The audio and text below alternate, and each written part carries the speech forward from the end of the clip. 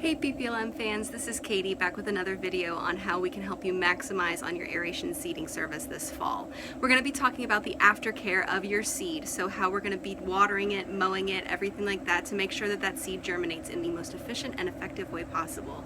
Be sure to like and subscribe us to follow for more videos that we're going to be posting later on in the season, and comment below with any questions or feedback you have on the aftercare instructions that we provide for you here.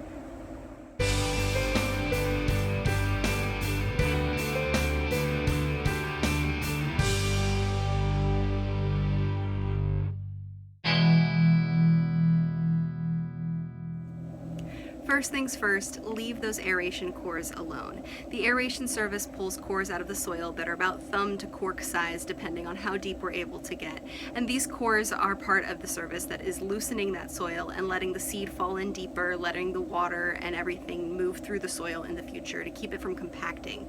The biggest thing with these cores is that they are going to break down. So give it a few weeks, a few good rains, especially if you're following your watering protocol, and you'll see these cores gradually dissolve and return to the soil. Because especially if you're on the fertilizer program, they've got good nutrients in them. You don't want to remove them because you're just stealing nutrients from your yard.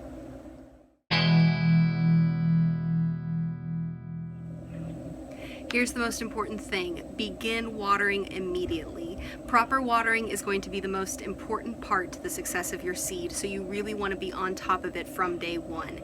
You're going to want to water probably twice a day, in the morning and in the late afternoon, still not quite when it's dark yet, to make sure that that seed gets enough consistent water. However, you're not going to want to overwater. That's something that's very easy to do. You want to make sure that the water is saturating the soil so it's on long enough for that water to soak in, but not to the point where you start to see runoff. As soon as the water is starting to pool on the surface, you want to end the cycle and let it soak all the way in. Now, the best thing to do probably is going to be to test this before the seed is put down, if at all possible, so that you can be sure how much time that is going to take for that water to just start to pool.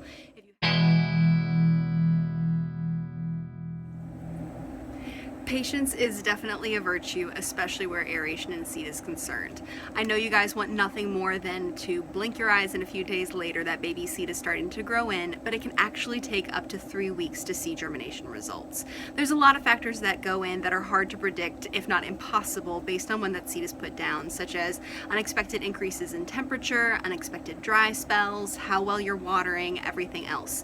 So stay calm, it's gonna be okay, your seed will grow. It just might take a little bit of time. You might see that growth within a few days, but it's not very likely. Usually we see it start in about a week to 2 weeks, but it can take at least 3. So be patient, stay calm, and it's gonna be growing in very soon.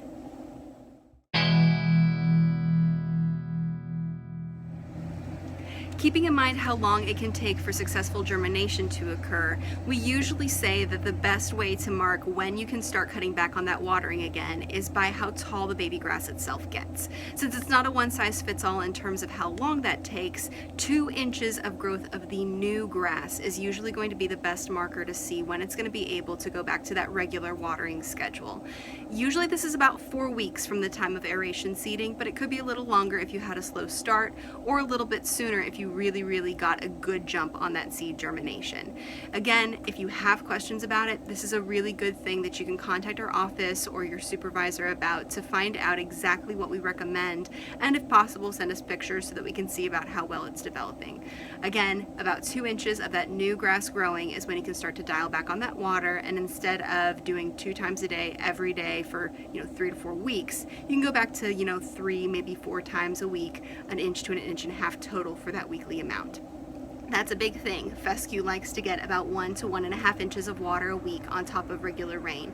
So again, if you have any questions about that, let us know, because watering is a super important part of making sure that your lawn stays healthy and picture perfect.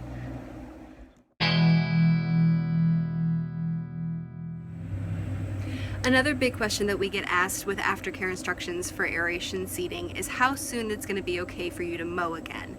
I know the grass is going to be growing pretty tall over the few weeks that it takes for that baby grass to be strong enough to stand up to the blades, but you have to remember that your yard's been through a lot in the last few weeks, and it needs some time to let that baby grass get strong before you put any kind of heavy equipment on it. In the first couple of weeks, we don't even want you walking on the grass, so we definitely don't want you cutting the yard. If we mow for you, we are on top of it. Our blades are going to to be sharp, and we're going to be putting that mower on at the appropriate time, which usually is about 3 to 4 weeks after service. That being said, if you mow it yourself or somebody else mows it for you, make sure the blades are freshly sharpened as soon as that first cut is being done, and make sure that that baby grass has developed enough. Usually we say that it's okay to put a mower on the grass again once the entire lawn has reached at least 4.5 inches of height. You don't want to cut down to more than 3.5 inches height in your first go, and you never want to cut down past 3 inches at all, because tall fescue, as its name would suggest, likes to be tall.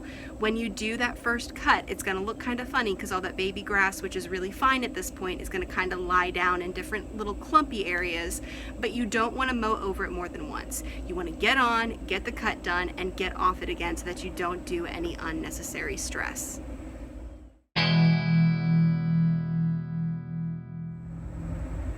Just a final reminder for you guys, you will see some weeds in your yard for the rest of this fall. That's mainly going to be because that aeration service is stirring up that soil a lot, so a lot of dormant weed seeds are being brought more to the surface and able to germinate because we've broken that pre-emergent weed control barrier that we put down at the beginning of the spring. In addition to that, it's not going to be a good while more until we're able to do weed control again. We don't want to put down anything into the yard that is going to be a possible risk factor for the successful germination and development of your baby grass. That's clearly going to be the bigger priority at this point. So just kind of close a blind eye to those weeds if they bother you. We will be back on top of the weed control as soon as at the end of the year. If not, depending on the weather and everything else, then it'll be in the spring, early around February to March. Thank you guys again so much for watching our video on how to take care of your fescue seed after your aeration and seeding service. Be sure to follow and subscribe to our channel to stay up to date on all of the videos that are going to be coming on the best ways to care for your fescue lawn and how the Picture Perfect team can make a difference for you. If you have any questions, comment on this video, call our office, be sure to get on our schedule for aeration seeding, and take the time to have a Picture Perfect day.